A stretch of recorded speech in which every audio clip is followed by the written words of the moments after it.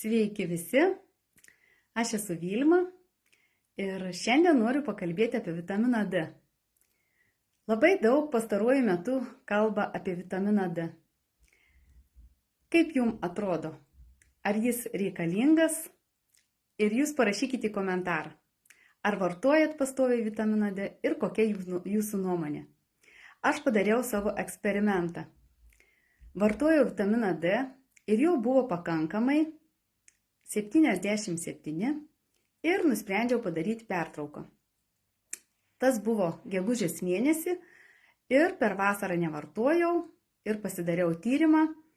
Rugsėjo pradžioje mano vitaminas D buvo 43. Tada aš supratau, kad vitamino D su saulute ir maistu negaunu pakankamai. Ir tada pradėjau pastoviai vartoti vitaminą D.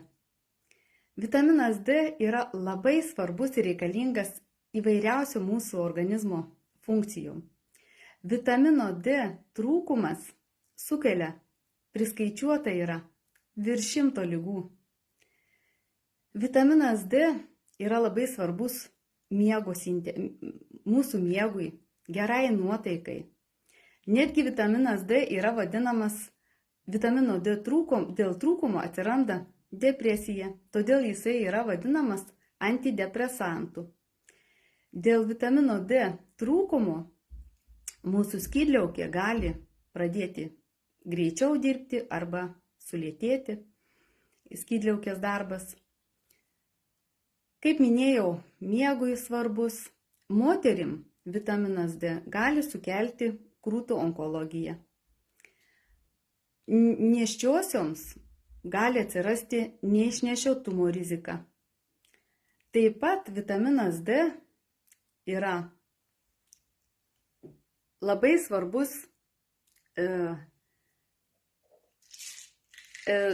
padaro, insulinui, atsparumas insulinui atsiranda ir tikimybė susirgti cukriniu diabetu padidėja kelis kartus.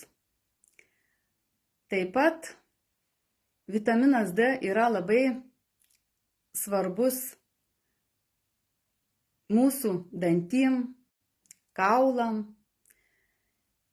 Ir kartais, kai trūksta vitamino D, žmonės vartoja labai didžiuliais kiekiais vitamino D. Kai yra didelis trūkumas, pradeda gerti dideliais kiekiais. Kas pasidaro, kai išgeriam didelį kiekį vitamino D? Vitaminas D kalcį išstumia iš kaulų, kalcį įstumia į kraują ir ten įvyksta ta sintezė ir dalis kalcio nebesugrįžta į kaulus ir to pasekoje kaupiasi akmenys, kraujagyslės trūkinėja. Tad kartais yra toks posakis, kartais yra mažiau, yra daugiau. Tad ar visada reikėtų tą didelį kiekį vartoti, sprendžiat jūs patys. Aš esu pasirinkusi vitaminą D Neolife kompanijos, vartoju toks ir Vegan D, čia jums rodo atbulai, Vegan D2, D3 ir vartoju ištisus metus. Na, o kaip jūs nuspręsit, čia visų pasirinkimas. Bet kad vitamino D reikia pastoviai gerti, tai tikrai rekomenduočiau. Jeigu informacija atrodo naudinga, pasidalinkit su savo draugais. Na, o jeigu kažkoks iškiltų klausimas, parašykite žinutę domina ir aš su jumis susisieksiu. Ačiū, kad klausėte ir šiandien toks trumpas interviu baigiu ir iki rytojaus. Gero visiems vakaro.